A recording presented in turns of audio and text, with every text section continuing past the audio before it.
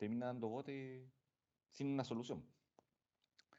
Entonces, es importante esta clase, por eso tengo gran atención y la trataremos de pasar en forma entretenida. ¿Ya? Bueno, ¿cuál es la característica que tiene la urgencia ontológica? La urgencia ontológica, el paciente está desesperado. Es un paciente que probablemente ya pasó una o dos malas noches, está con dolor, que es la causa que lo motiva a consultar.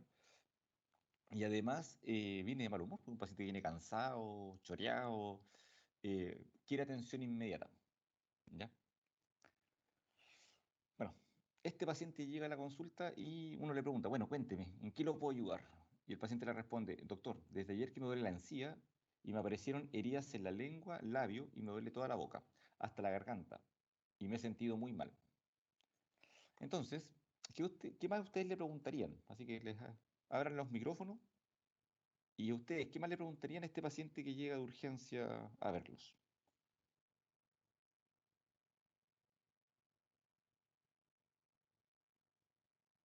A ver si Camila Caballero nos ayuda.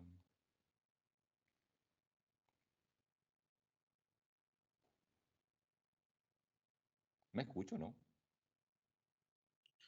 Se te escucha Sí, te perfecto, escuchas bien. Sí, sí, se escucha bien. Sebastián Alfaro está levantando la mano. ¿Qué hablo? Lo escucho. Doctor, si le duele al tragar, le duele al masticar, al comer. Sí, le doy la boca hasta la garganta, sí. Tiene oinofagia, además. ¿Qué otra pregunta más le haría a ese paciente?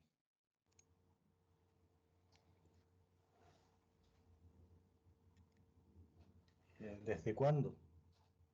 Desde ayer.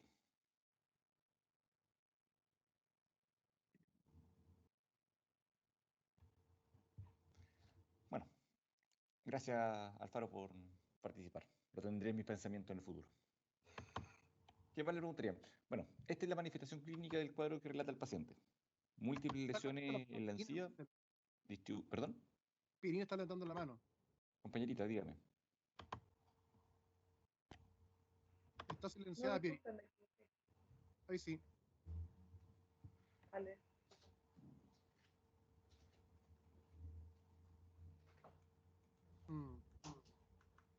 Parece que sigue nomás, Marcelo. Ya. Entonces, son múltiples lesiones que afectan tanto la encía queratinizada como la mucosa y está distribuido ampliamente en la boca. Bueno, las características de las lesiones agudas, y esto me gustaría que les quedara muy claro y probablemente va a ser pregunta de prueba. Cuando un paciente va y llega a la consulta y le dice, doctor, me duele la encía, la reacción de uno como dentista debe ser cambiar el chip. ¿Por qué? Porque las enfermedades periodontales no duelen. La gingivitis no duele, la periodontitis no duele. En cambio, hay un grupo más o menos reducido de patologías que son de amplia distribución y de mayor prevalencia, teniendo en cuenta que efectivamente hay otras patologías que también podrían generar dolor, pero son menos prevalentes, en las cuales uno debiese pensar. Entonces uno debiese pensar, cuando el paciente dice, doctor, me duele la encía, uno debería cerrar como el chip de lesiones crónicas y abrir así como la carpeta de lesiones agudas. Y debes imaginarse enfermedades como esta o como esta. Este, yo justo ayer en la mañana levanté y dije, oh, me podría llegar un caso de un absceso periodontal. Ahí está. Me llegó ayer, calentito. Y justo cuando iba a tomar la foto, me empezó a drenar. Ven y viene un pequeño absceso, no mentira, un gran absceso en la zona retromolar que está supurando hacia vestibular. Una fístula a través de un parulis. Y todo eso es mayonesa, lo que se aprecia ahí. Bueno, ahí está el paciente y podemos ver que en esa zona, miren, fíjense dónde llega el capuchón pericoronario. Bueno, el capuchón pericoronario, en realidad el tejido retromolar, para ser más preciso. Llega ahí arriba, ¿cierto? Todo esto está inflamado.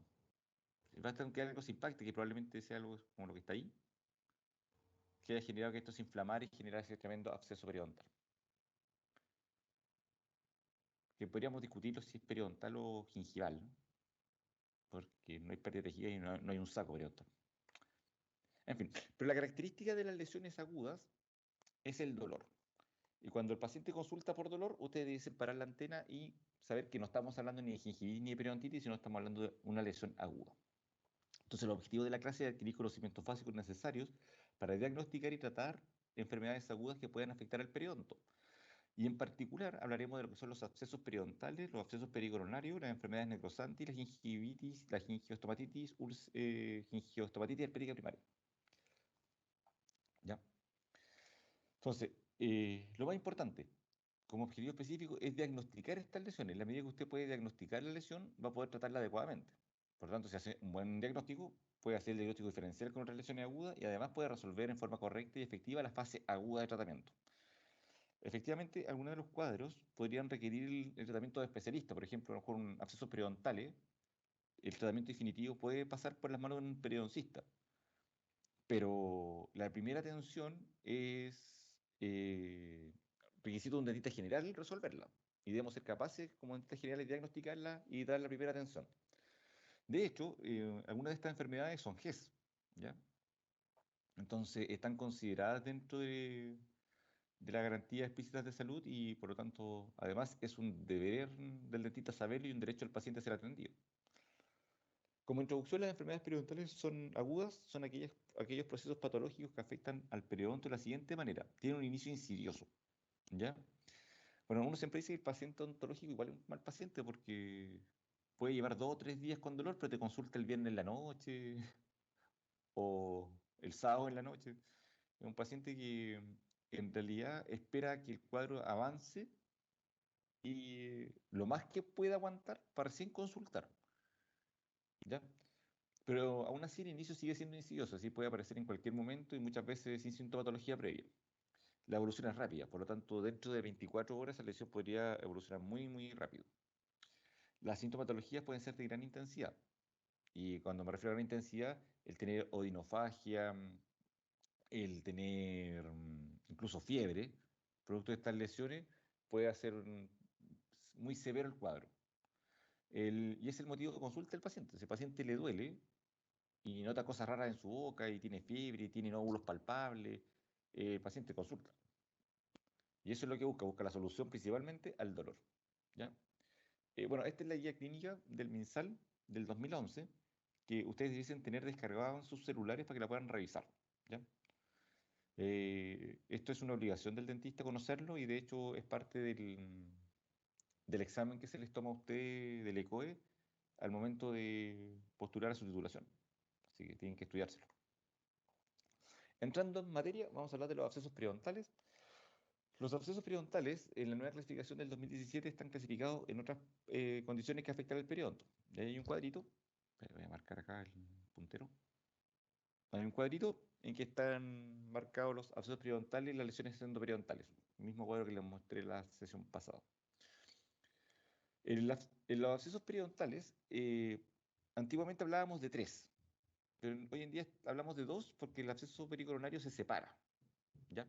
Entonces, cuando hablamos de absceso periodontal, tenemos 2 abscesos periodontales. Uno que es el absceso gingival, en cual la lesión está solamente concentrada en la encía, en un sitio donde no hay un saco periodontal.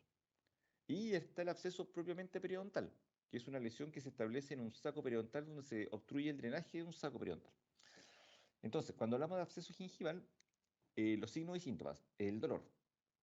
Es un dolor importante con aumento de volumen o tumefacción, que tiene sangrado al sondaje, pero hay ausencia de saco periodontal.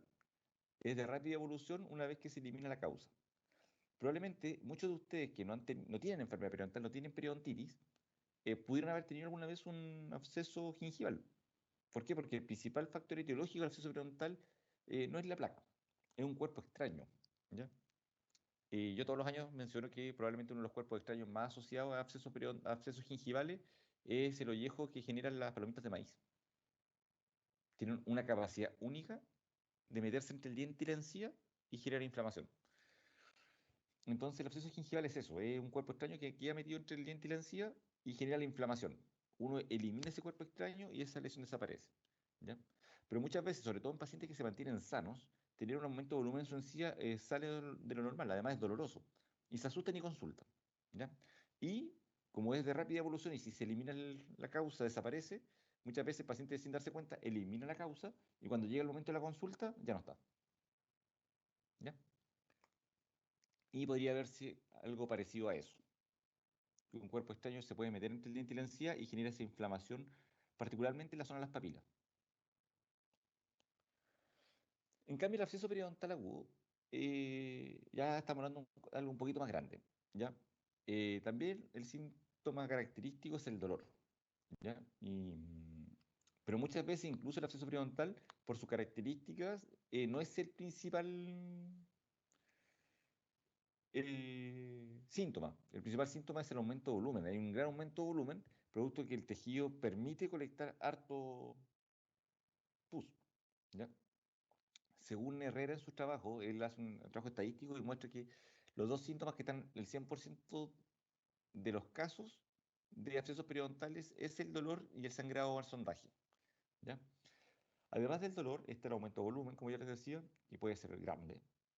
Puede haber rubor, eh, aumento del exudado, supuración, extrusión e incluso movilidad dentaria. En la prevalencia de pacientes de abscesos periodontales en pacientes con periodontitis es de un 59,7% de pacientes que presentan periodontitis moderada severa, presentan abscesos periodontales, ¿ya? Un 13,5% presenta abscesos periodontales durante la fase etiológica de tratamiento, ¿ya? Y particularmente en la fase de evaluación. Uno cuando evalúa a los pacientes y los sondea, uno puede generar el impacto de placa dental con la sonda periodontal en la zona más profunda del saco, ¿ya? Y eso abscedarse. Entonces el paciente cuando uno lo evalúa y después vuelve a la sesión siguiente, puede llegar con sitios con abscesos periodontales. De hecho, es importante mencionar a los pacientes cuando uno hace los sondajes periodontales que eventualmente algún sitio se podría inflamar más.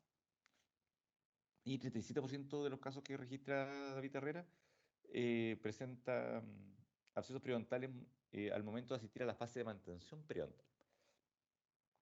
Para ir aclarando un poco, ya entendemos que el absceso gingival es en pacientes sanos, pacientes que no tienen periodontitis y que es una lesión que solamente está contenida en la encía. El absceso periodontal es una lesión que afecta a pacientes con periodontitis, ¿ya? Por lo tanto, un sitio donde hay un saco periodontal, por alguna condición, obstruye su drenaje y se absceda. Y este absceso se puede presentar en pacientes que tienen periodontitis y no han sido tratados, durante la fase de evaluación o tratamiento de un paciente con periodontitis, o pacientes que han sido tratados y vuelven a su mantención con algún sitio afectado. También es importante entender que hay algunas condiciones que favorecen que se formen abscesos periodontales. Por ejemplo, el uso de antibióticos. Hay pacientes que tienen periodontitis y usan antibióticos por alguna otra razón no ontológica, y esto genera una selección del biofilm. Y podría ser que alguna de las bacterias genere una sobrepoblación, rompiendo este equilibrio entre los pederios y la placa, generando un absceso. Y otro cuadro, y por favor ténganlo muy presente, yo sé que se los mencionó el doctor Bravo el año pasado, otro cuadro muy importante en el cual es común encontrar abscesos periodontales es en pacientes diabéticos descompensados, ya sea que no han sido diagnosticados como diabéticos o pacientes que son diabéticos y no están compensados. Es habitual encontrar sitios con supuración y es habitual encontrar sitios con abscesos periodontales. Entonces, en estos pacientes, cuando uno encuentra múltiples abscesos periodontales o múltiples sitios con supuración, uno debe separar la oreja y pedir exámenes complementarios. El absceso periodontal puede verse así. Ahí es la zona lingual del grupo 5, que podemos ver ese aumento de volumen. Podemos ver que hay depósito y placa, se ve eritematosa la zona marginal, pero el principal síntoma es el dolor. A este paciente le duele esa zona, ¿ya? Entonces significa que este absceso no está drenando por sí solo y está generando tumefacción y tensión que genera dolor en los tejidos. Es también una condición que es relativamente habitual en los abscesos periodontales, en que este se establece entre paredes duras, que son las raíces de los dientes, en la zona de la forcación, ¿ya? Entonces genera un pequeño aumento de volumen hacia vestibular principalmente, pero de una lesión amplia que está comprometiendo la furca, ¿ya? Y ahí podemos ver el aumento de volumen, cómo se extiende más allá de la línea mucogingival. Bueno, y acá podemos ver dos condiciones. Podemos ver la condición de un absceso periodontal que, bueno, parecía un absceso periodontal, pero en realidad era un absceso endoperiodontal. Y acá también un absceso periodontal, pero el cual, si se fijan, la característica del tejido marginal es distinto, ¿cierto? Acá vemos que está inflamado, y eso se ve como todavía relativamente rosado, En cambio, acá podemos ver que el tejido marginal se ve granulomatoso, ¿cierto? Bueno, acá se ve granulomatoso porque este absceso se mantiene drenando, ¿ya? Entonces esto vendría a ser como el párulis del drenaje del absceso, ¿ya? El tejido marginal está altamente inflamado porque se mantiene constantemente drenando este absceso. En cambio, este no, pues no está drenando aún y se puede ver el amplio aumento de volumen que genera producto de la colección purulenta. Entonces ya vimos el absceso gingival, vimos el absceso periodontal. Y nos queda un tercer absceso que ahora salió del grupo de abscesos periodontales y está por sí solo, que es el absceso pericoronario. El absceso pericoronario es GES, ¿ya? Y es un cuadro que hay que tenerle mucho respeto. Es el absceso periodontal o que afecta al periodonto de mayor prevalencia, pero además es el que puede tener un peor desenlace, ¿ya? Es el proceso inflamatorio localizado de origen infeccioso que afecta al interior de un opérculo de un diente parcialmente erupcionado. Ojo, esa es la clave, diente parcialmente erupcionado. Al igual que los abscesos periodontales, su manifestación puede ser aguda o puede ser crónica. Dentro de los síntomas está el dolor punzante localizado en la región del ángulo mandibular, irradiado a la región periauricular ipsilateral, en el caso de terceros molares inferiores. En el caso de terceros molares superiores, localizado en zona de la tuberosidad, irradiado a la región geniana ipsilateral, es decir, del mismo lado. También genera dificultad para masticar, disminución de la apertura bucal, genera disfagia y compromiso del estado general, con astenia, adinamia y anorexia, en el caso de progresión del proceso infeccioso. A ver, ¿por qué es importante el absceso pericoronario? Uno, por su alta prevalencia. Lo otro es por la localización anatómica, ¿ya? En la zona del espacio retromolar, particularmente mandibular, tiene conexión directa con otro espacio anatómico. Entonces, este cuadro silenciosamente podría evolucionar y progresar y distribuirse en tejidos que pueden comprometer incluso la vida del paciente. Dentro de los signos podemos encontrar edema facial, principalmente en la región perimandibular o geniana del lado afectado, edema y eritema del capuchón pericoronario, que muchas veces no es tan evidente. Uno no puede esperar de que el paciente tiene una pericoronitis te va a encontrar con una cuestión roja dentro de la boca. No, muchas veces por la característica de los tejidos de esa zona, el absceso no es evidente, incluso no se nota el aumento de volumen. Intraoral, claro, extraoral, uno ve el aumento de volumen, pero intraoral no se aprecia, ¿ya? Incluso muchas veces ni siquiera hay cambio de coloración. Por lo tanto, acá la anamnesis y la determinación clínica del cuadro es súper importante. La inflamación puede extenderse a tejidos adyacentes, puede haber exudado purulento, trismus, que complejiza el diagnóstico y el tratamiento, halitosis, fiebre en el caso de compromiso sistémico, linfadenopatía cervical con mayor frecuencia en la cadena submandibular, el yuguro digástrico. Esto es súper importante porque de todos los dientes, los únicos que drenan hacia el yuguro digástrico son los terceros molares, superiores e inferiores. Entonces si está palpable el yuguro digástrico, es muy probable que la zona ande o en la zona de los terceros molares o posterior a la amígdala y faringe. Puede haber nódulos dolorosos y adheridos a planos profundos. Y a esto me refería. Nosotros podríamos tener un cuadro parecido a este, en que el paciente relata el aumento de volumen, relata el dolor, podría tener un poco de trismus, pero clínicamente no se aprecia un gran aumento de volumen. Sí podemos notar, por ejemplo, ahí en el margen gingival, aquí hay algunas zonas de pequeña necrosis marginal del tejido, ¿ya? Pero ¿qué tenemos acá? Un diente parcialmente erupcionado con un capuchón pericoronario. Entonces, lo más probable es que esta lesión ande por el lado de una pericoronaritis. Al momento de evaluar una pericoronaritis, es importante determinar si el paciente presenta compromiso del estado general. Es decir, que si presenta disminución del apetito, si presenta decaimiento y falta de movilidad, que son las tres palabras que salían definidas. Bueno, y tener fiebre. El aumento de temperatura es importante preguntar y registrarlo. En estos cuadros, generalmente el estado febril es una febrícula, entonces el paciente como que tiene a ratos tiene fiebre. Pequeños alzas de temperatura que generan el compromiso del estado general. Es importante también determinar si el paciente tiene comorbilidades, si el paciente es diabético, si el paciente tiene alguna inmunosupresión, si el paciente es obeso, que son cosas que pueden complicar una pericoronitis. Presencia de linfadenopatía periférica, el compromiso del tejido pericoronario, es importante determinar hacia dónde se está generando el aumento de volumen. ¿Qué les preocuparía más a ustedes, muchachos? ¿Si el absceso se genera hacia la zona geniana o hacia adentro, hacia el piso boca? Yo sé que en sus cabecitas están pensando y me están respondiendo. Lo siento, lo percibo.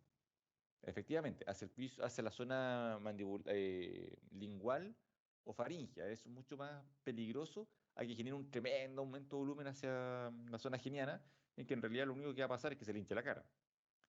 Bueno, lo peor que podría pasar es que genere un drenaje extraoral. Así que eso es malo porque deja cicatriz. Pero el paciente no se va a morir. En cambio, si genera un aumento de volumen que dé hacia el piso, o sea, hacia la zona posterior de la faringe, el espacio retrofaringio, o hacia lingual, sí puede ser un problema porque puede drenar espacios profundos.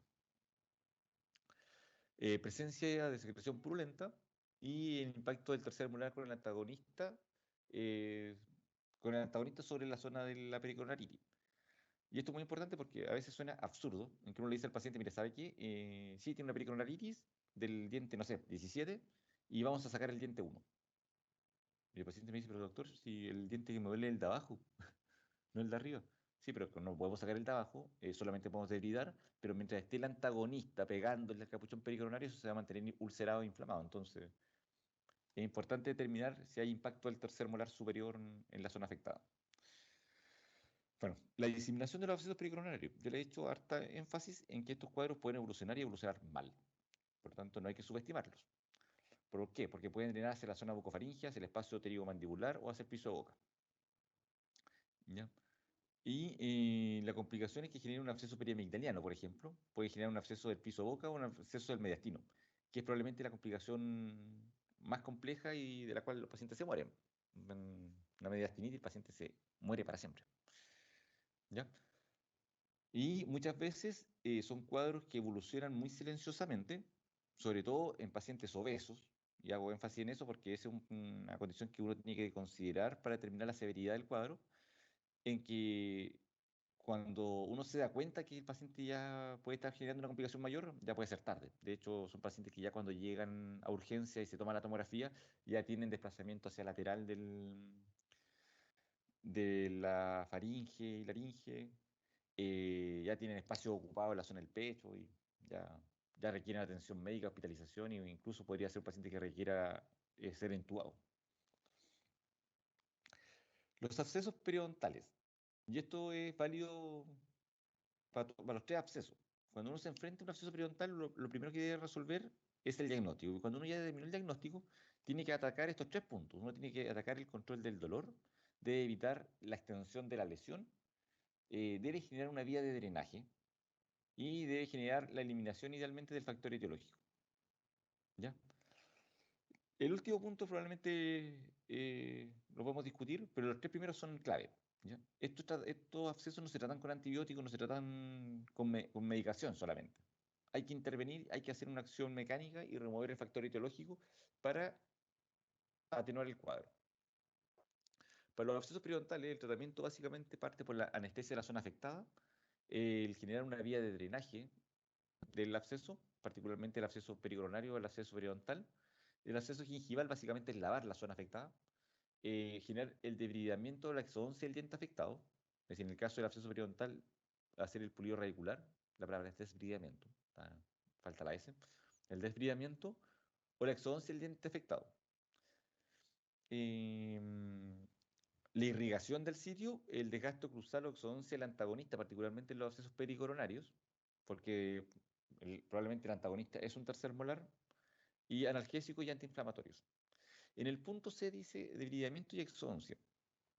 Yo acá igual hago el llamado a la cautela, porque cuando uno ve un diente con un absceso periodontal, la sintomatología puede verse como muy severa, ¿ya? Y puede dar la impresión que es un diente con mal pronóstico. ¿Ya? ¿Por qué? Porque se genera aumento de volumen, se genera movilidad del diente, se puede generar la extrusión del diente. Entonces da la impresión de que un diente que está prácticamente perdido. Y no hay que ser tan pesimista. Lo que uno sugiere acá es tratar el cuadro agudo, esperar que esto baje y una vez que baje, reevaluar. Y ahí determinar si el diente hay que sacarlo o no. El tratamiento, la indicación de antibióticos en abscesos periodontales es altamente controvertido en la literatura hace 10 años.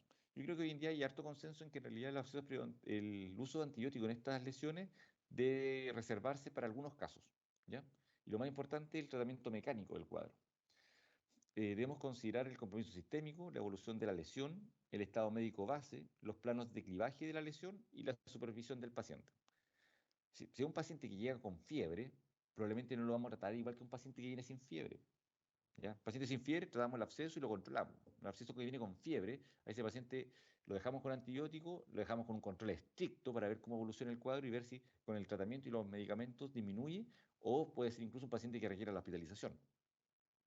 La evolución de la lesión es lo mismo. Si un paciente que viene con una pericarditis a repetición y le dura un par de días o responde al tratamiento, maní, pero es un cuadro altamente agresivo en que el paciente empezó con dolor en la mañana y llega con un tremendo aumento de volumen en la tarde. Ojo con ese paciente. Ese paciente algo pasa en sus defensas que no está respondiendo bien al absceso y lo mismo, puede requerir antibiótico, incluso puede ser necesario la hospitalización. El estado médico base, un paciente diabético no lo podemos ver igual que un paciente sano. Un paciente altamente fumador no lo podemos ver como un paciente sano.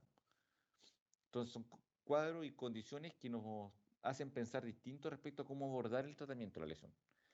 Los planos de clivaje, yo ya les di el ejemplo de que no es lo mismo que el cuadro esté drenando hacia la mejilla o esté drenando hacia adentro. Si está drenando hacia adentro, igual, antibiótico inmediatamente y un control súper estricto para evitar que este cuadro se complique. Y la supervisión del paciente. Para aquellos colegas que el día de mañana cuando se titulen hagan SAPO, el paciente que llega con una pericarditis al SAPO o llega con un absceso periodontal es probablemente un paciente que haya que dejarlo con antibiótico. ¿Por qué? Porque en ese sistema de atención es escaso la supervisión de los pacientes. Entonces, no sabemos cómo evoluciona, no sabemos si nuestro tratamiento fue efectivo y si resolvimos la urgencia. Entonces, es un paciente que hay que dejarlo con antibiótico, a pesar de que uno los deriva y los manda al hospital, le deja la receta y qué sé yo. eh, es probablemente un paciente en el cual haya que considerar el uso de antibióticos. La expresión clínica de un diente con absceso periodontal puede ser sobreestimada en su evaluación del pronóstico, que es lo que yo les mencionaba adelante. No se dejen asustar por la expresión clínica de un diente con movilidad y sobreerupcionado, sino y dentro de lo que sea posible, la idea es tratar la urgencia, esperar que el cuadro baje y una vez que esté ya controlado el absceso, reevaluar el diente. Y ahí recién decidir si es un diente que su pronóstico está comprometido.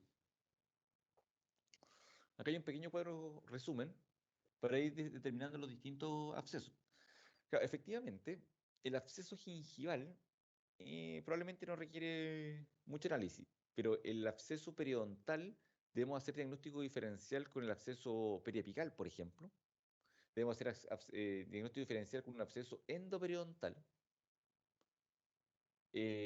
o con una complicación como podría ser la fractura de una raíz o una perforación o fractura o una perforación endóntica.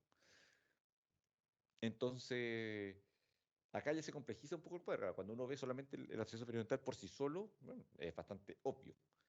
Pero en el contexto de un paciente que consulta y uno no tiene el historial clínico de ese paciente, uno debería pasearse por este cuadrito para poder hacer el diagnóstico diferencial. Así que yo les sugiero que tengan una foto de este cuadro y cuando se enfrentan los abscesos, ahí tendrán una ayuda de memoria de cómo debiesen abordar el diagnóstico diferencial. ¿Ya? Y acá hay cuando uno debe diferenciar el absceso periodontal de un absceso de origen endodóntico, también acá hay un cuadro de ayuda de memoria en que, por ejemplo, nos dice en cuanto a los antecedentes, un paciente con un absceso periodontal probablemente tiene enfermedad periodontal o ha sido tratado periodontalmente, ha tenido el uso de antibióticos previos, ¿ya?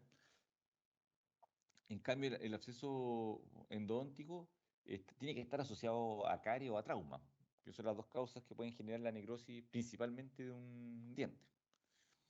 ¿Ya? Bueno, acá ustedes pueden ver en detalle el diagnóstico diferencial entre abscesos periodontales y abscesos endodónticos. También se los sugiero, guárdenlo como ayuda a memoria.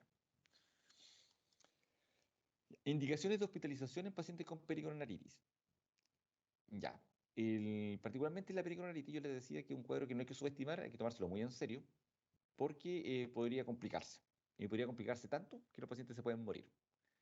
Suena a exageración, pero yo al menos de los últimos 2 o 3 pacientes que yo ontológicos que se han muerto han sido por pericoronaritis. Que yo conozco los casos de aquí de Antofagasta y Calama, son pacientes que fueron por pericoronaritis. ¿Ya? Entonces, celulitis rápidamente progresiva es un paciente que debe llamarnos la atención. Pacientes que ya presentan disnea o disfagia, ya paciente que no puede comer y tiene dificultad para respirar, es un paciente que hay que asustarse. ¿Ya? Y un paciente que hay que pescárselo, llevárselo, contactar un máxilo y mandarlo a urgencia. Extensión de los espacios faciales profundos, temperatura o fiebre superior a 38 grados, el trismus intenso, paciente no colaborador, fracaso del tratamiento inicial, la afección grave del estado general y pacientes inmunocomprometidos. Para buena suerte nuestra, hoy en día el hospital regional tiene un sistema de urgencia maxilofacial. Así que son cosas que uno se contacte con los maxilos, le dice, "Mira, va fulano de tal, con tal condición, y ellos lo van a estar esperando con los brazos abiertos para atenderlo. ¿Ya? Así que ojo con las pericornaritis, porque recuerden que las pericornaritis, ¿a quién afecta principalmente? Sí, muchachos, efectivamente. Afecta a gente entre la segunda y tercera década, es decir, entre los 20, entre los finales de los 10 y tantos y los 20 y tantos años, ¿ya? Adulto joven. Adulto joven que está en proceso de erupción particularmente de sus terceros molares inferiores, que son los dientes que más generan pericornaritis, ¿ya?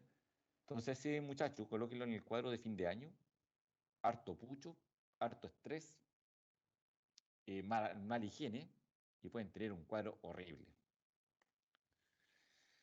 Ya, muchachos, ¿cómo vamos hasta ahora? Hacemos un break de 10 minutos y continuamos con las otras 2 patologías. Sí. ¿Ahí sí? Ahí sí. Enfermedad necrosante. Entonces, la enfermedad necrosante es una enfermedad que es bien peculiar, bien particular.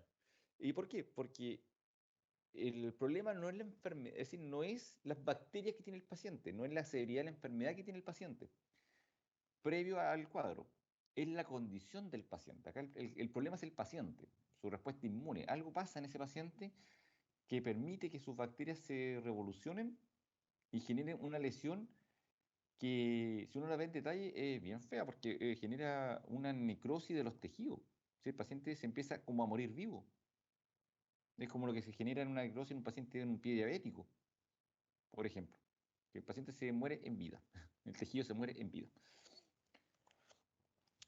Las enfermedades necrosantes están consideradas dentro del grupo de las periodontitis. ¿Se acuerdan cuando yo alguna vez les hablé de las periodontitis? Dije que había 3 grupos y estaban las periodontitis y las enfermedades que además tenían periodontitis, como las periodontitis necrosantes. Y las periodontitis necrosantes son básicamente 3. Uno, en la gingivitis necrosante, está la periodontitis necrosante y se agregó la estomatitis necrosante. Entonces, a modo rápido de resumen, la gingivitis necrosante cuando afecta solamente a la encía, y la periodontitis necrosante cuando se genera daño no solamente de la encía, sino además del aparato de soporte, particularmente el hueso, ¿ya? Y la estomatitis, que es cuando esta lesión no solamente afecta a la encía, sino puede extenderse a la mucosa bajo la línea mucogingival o incluso puede afectar la mucosa geniana, por ejemplo, la del paladar, ¿ya? Que es una lesión que realmente horripilante, como diría Rodrigo Cartagena.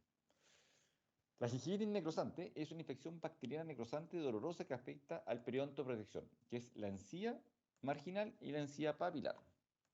La periodontitis necrosante es la infección bacteriana necrosante dolorosa que afecta al periodonto de protección y además al de inserción, generando cráteres profundos interproximales con denudación del hueso alveolar, interdental y secuestros óseos alveolares e interdentales con posible destrucción vestibular o lingual.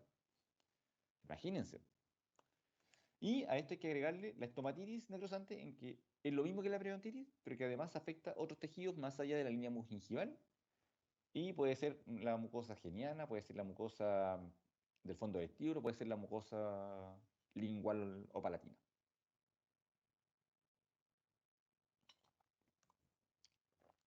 Etiopatogenia. Y bueno, las bacterias más asociadas son bacterias fusos perioquitales, pero lo principal, lo más importante, lo más relevante es esto, el hospedero susceptible.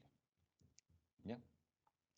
Y las condiciones para que el hospedero se haga susceptible es porque tenga alguna alteración emocional, dietética, un severo hábito tabáquico, alteración inmunológica y una higiene deficiente, o la combinación de varias de estas. De hecho, el periodo en que más aparece la GUN o gingivitis necrosante es a fin de año. Tipín, noviembre, diciembre, adolescentes estudiando, con exámenes, a punto de reprobar algunos. Son pacientes que pueden presentar la GUN.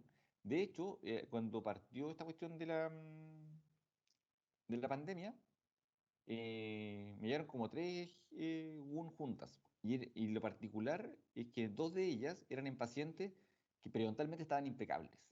Impecables. Excelente control de placas, sin signos de inflamación y tenían una GUN. Entonces, a eso, y por eso recalco, el problema no son las bacterias, no es la higiene del paciente, es el paciente. El paciente que, por alguna razón, su respuesta inmunológica se ve alterada, y severamente alterada como para generar un sobrecrecimiento de bacterias altamente destructivas. Marcelo, están levantando la mano acá. Fernanda Cuéntame. Cortés. ¿Quién?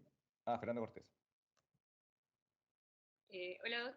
Tenía una duda. Lo que pasa es que, por ejemplo, si es que llega un paciente irradiado y con una necrosis, o sea, una periodontitis necrosante, en ese caso, ¿cómo se trataría ese paciente? ¿Irradiado de cabeza y cuello? Claro, por cáncer de ¿Ve? cáncer oral. Ya. Bueno, lo más probable es que no esté haciendo una GUM. Lo más probable es que ese paciente está haciendo una necrosis por la radiación. Ya sea una necrosis de tejido blando, una osteoradionecrosis por la irradiación. Sí, pues ese cuadro es súper difícil de tratar. Generalmente se trata solamente con clorexidina y se espera que mejore la calidad de los tejidos para poder hacer la remoción de la zona necrótica. Pero no es el mismo cuadro. Eso lo más probable es que se dé una necrosis por la radiación. Ya, No es gracias. lo mismo que una GUN o una PUN. Ya. Sí. Además, el paciente que está con radioterapia es predecible que no solamente genere eso, sino genera otras complicaciones, generan unas úlceras bien feas en la boca. Y son pacientes que son tratados por equipos multidisciplinarios. Entonces, dentro de ese equipo, si hay una lesión maxilofacial, va a estar un maxilo que va a estar atento a esas lesiones. Si no te va a llegar ese paciente a la consulta, así como, oh, me apareció esto. No, el paciente va a estar advertido, se le explica, va a estar dentro de los consentimientos las posibles complicaciones que tiene la irradiación maxilofacial. Es decir, en territorio de cabeza y cuello. De hecho, Marcelo, si me permite una acotación, Por supuesto. esos pacientes que pregunta esta alumna, generalmente, al menos acá en Antofagasta ahora, están desde antes con un seguimiento así exhaustivo por el patólogo. Estos pacientes que ingresan, al menos en el hospital, a todo lo que es tratamiento de cáncer, el patólogo los toma desde el comienzo y entran a un comité donde igual hay periodoncita y maxilofacial, incluso hay hasta rehabilitador. Entonces, como dice Marcelo, es un paciente que desde antes ya se le está haciendo un seguimiento. Ahora eso va a depender mucho, obviamente, de qué tan comprometido, y gracias a Dios acá ahora en Antofagasta tenemos un muy buen patólogo que es el doctor Humere. Entonces, al menos en el hospital, esos pacientes están, pero desde el inicio con seguimiento. Julio está levantando la mano recién.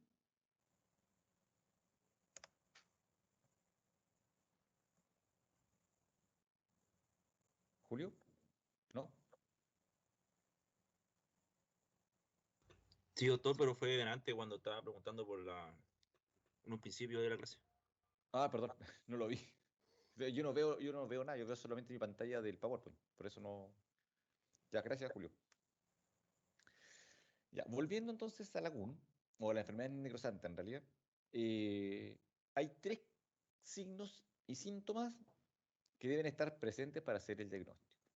Como todos los años, yo digo, esto lo voy a preguntar en la prueba de repetición, lo voy a preguntar en el examen de primera, en el examen de segunda, lo vamos a preguntar en el examen, en el ECOE, y bueno, probablemente si algún día los pillo pajareando en la calle también les voy a preguntar cuál es la triada patognomónica, cuál es la característica o los cuales son los signos y síntomas característicos para poder hacer el diagnóstico de estas lesiones.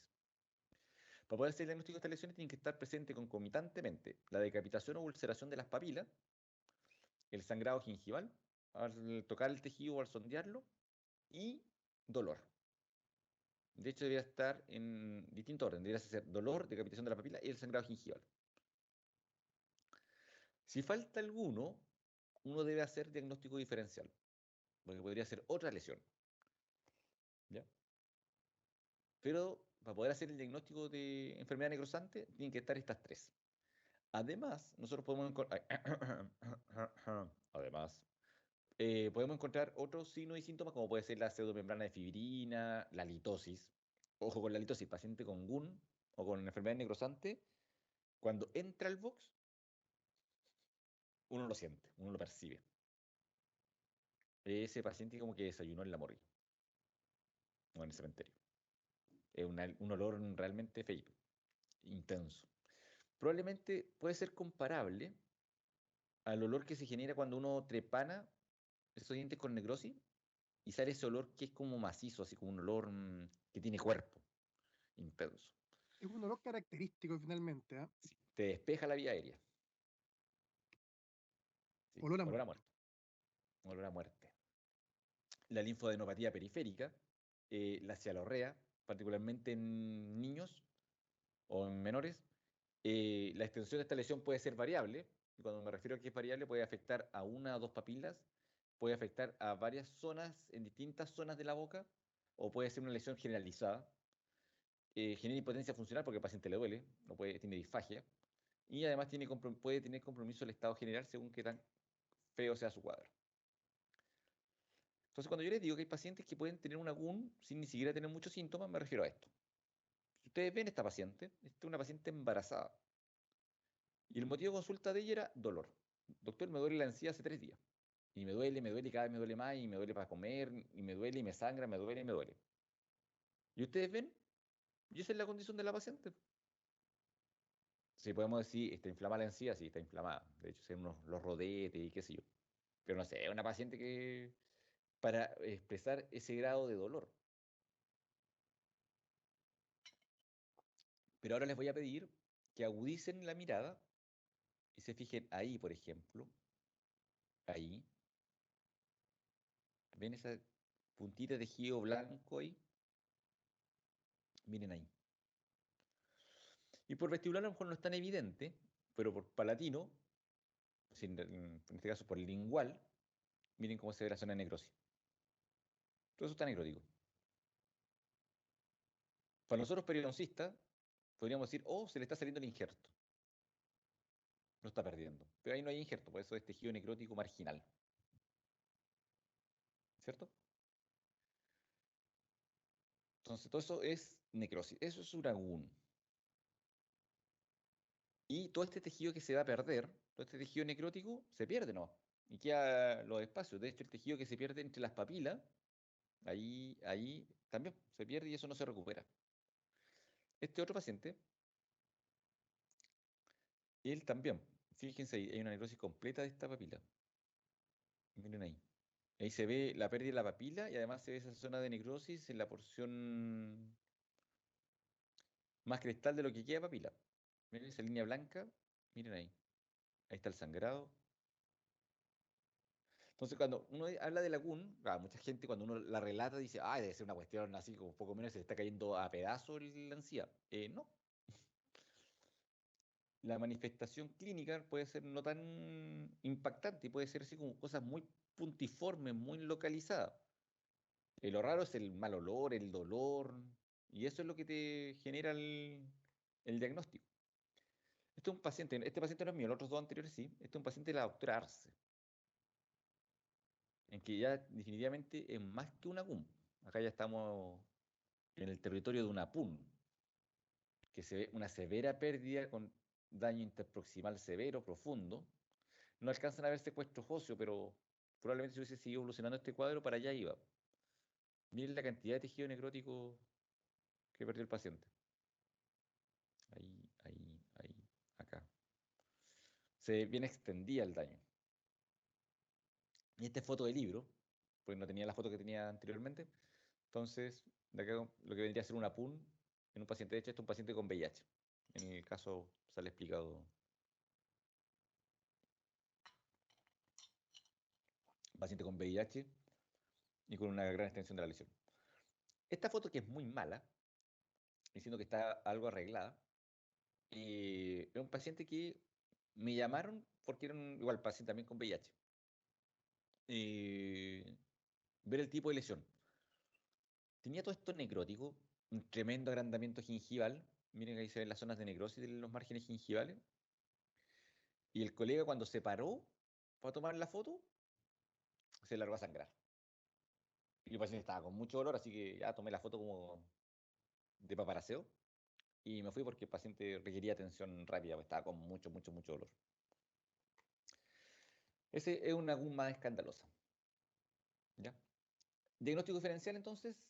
Ojo, el diagnóstico diferencial tiene que estar presente el dolor, el sangrado y la decapitación o ulceración de las papilas.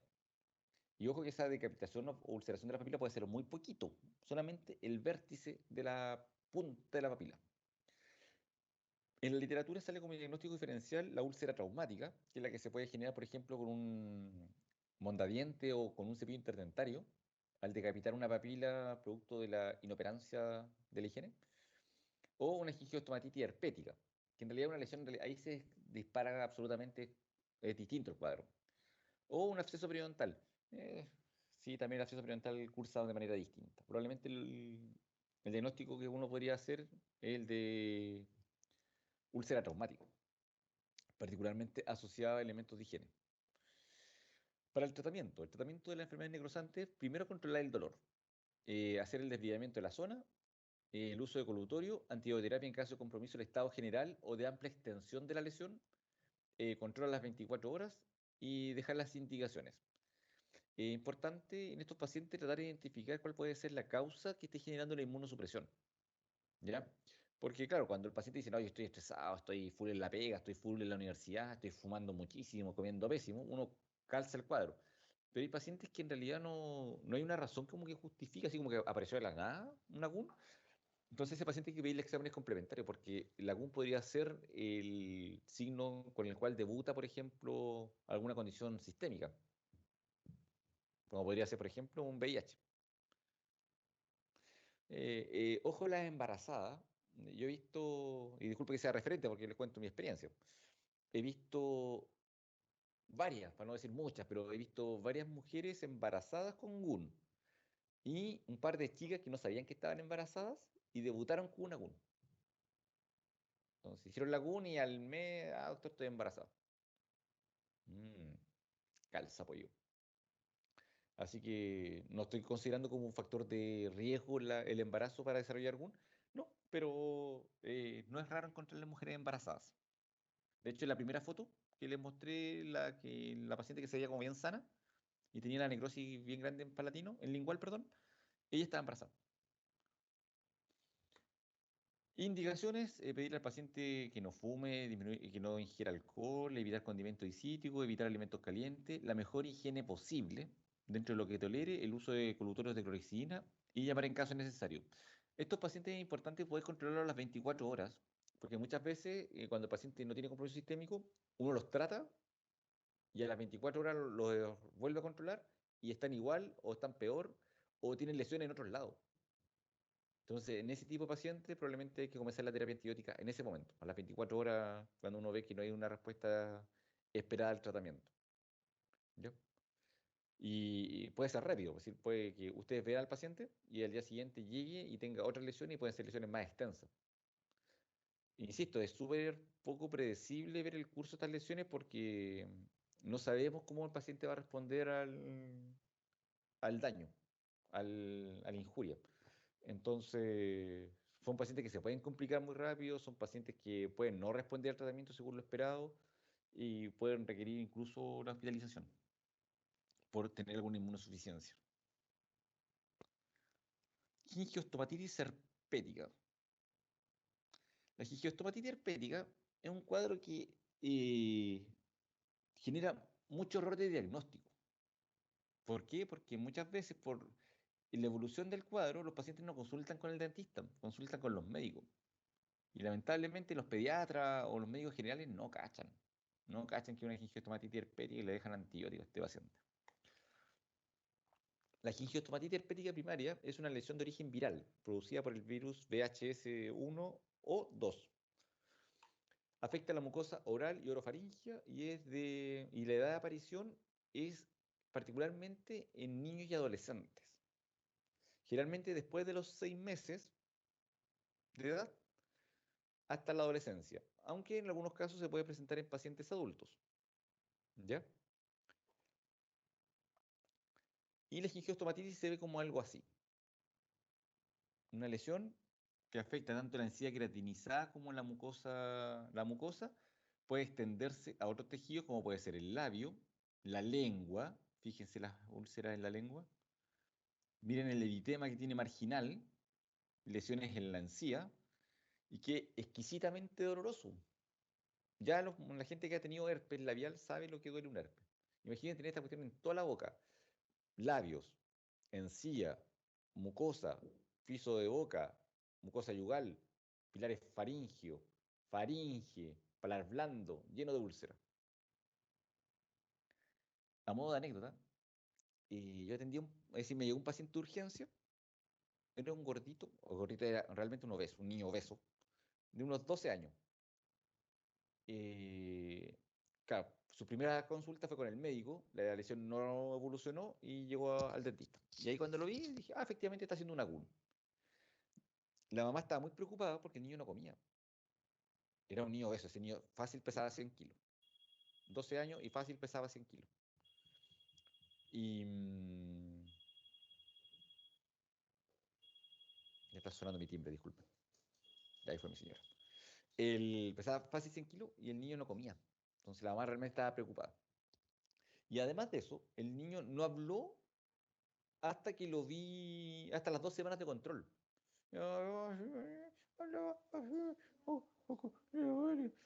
¿Cómo que no hablaba? Así que le vine a escuchar su verdadera voz, así como a las 2 semanas. A ver, denme un segundito.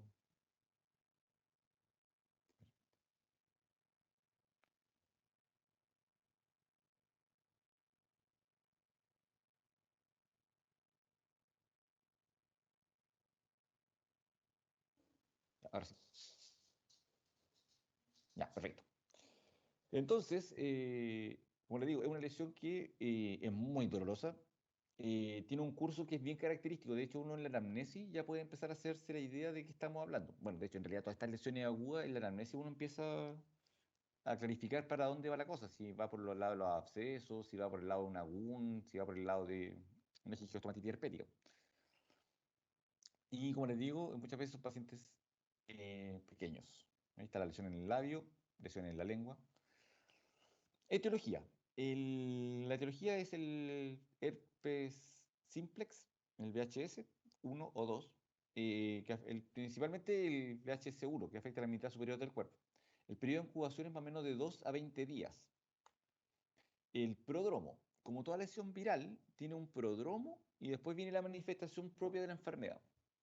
Entonces estos pacientes debutan con estado febril, irritabilidad, malestar general, altalgia, cefalea, adenopatía mandibular y eritema faríngeo. Esto es lo mismo que si usted se va a resfriar, si usted va a hacer un COVID, si va a hacer una papera, un sarampión. ¿Por qué? Porque es un promo, son una serie de síntomas y signos que son inespecíficos propios de un cuadro viral. De hecho, los médicos cuando llegan estos pacientes hablan de una virosis, que no saben hasta cuál es la causa, pero tiene un virus dando vuelta. Pero esta lesión a partir del segundo o tercer día empieza ya a localizarse y empieza a generar parestesia de la zona afectada. Incluso los pacientes que tienen herpes a repetición, el herpes recurrente, antes de que le aparezca la lesión en el labio, relatan que genera una parestesia, y sienten como el labio como dormido y saben que le va a aparecer un herpes. Hay eritema de las mucosas, hay inflamación de la mucosa, hay aumento del sangrado, hay odinofagia, ya empieza a haber dolor en los tejidos. Entonces ya empieza, a partir del tercer y cuarto día, ya empieza la aparición de las vesículas. Inicialmente aparecen como vesículas. Es más fácil ver las vesículas en el labio, porque las mucosas rápidamente se rompen. ¿Ya? Y estas pueden aparecer en labio, encía, lengua, mucosa yugal, paladar duro, paladar blando, la faringe, el velo del paladar, el piso de boca. Estas se rompen y confluyen generando las úlceras y entre el octavo y noveno día empieza la etapa de cicatrización. La lesión resuelve al menos los 14-15 días. Para el tratamiento, el uso de anestésicos locales en pacientes adultos. Se puede usar un poquito de anestésicos locales, el uso de analgésicos y antipiréticos, que no puede ser aspirina, porque en los cuadros virales la aspirina puede generar el síndrome de Reye, y uso de antivirales. Hoy en día es importante el inicio precoz de antivirales, particularmente la ciclovir, ya tanto en forma sistémica, en comprimido, como en uso local. ¿Por qué? Porque hay asociado alguna encefalitis virales producto de como lesión inicial la gingiostomatitis herpética. Entonces, hoy en día es recomendado que el paciente cuando inicia y se diagnostica, se comience con la terapia antiviral.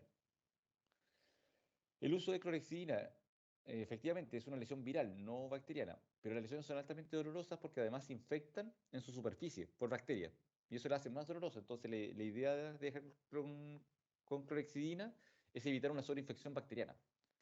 ¿Ya? Aparte que el paciente ve disminuido su hábito de higiene porque le duele todo. Así que, recomendaciones, además, la ingesta de harto líquido, el control de higiene oral dentro de lo posible, evitar los condimentos y cítricos y evitar el contacto de las lesiones, con las lesiones. ¿Por qué? Porque son contagiosas.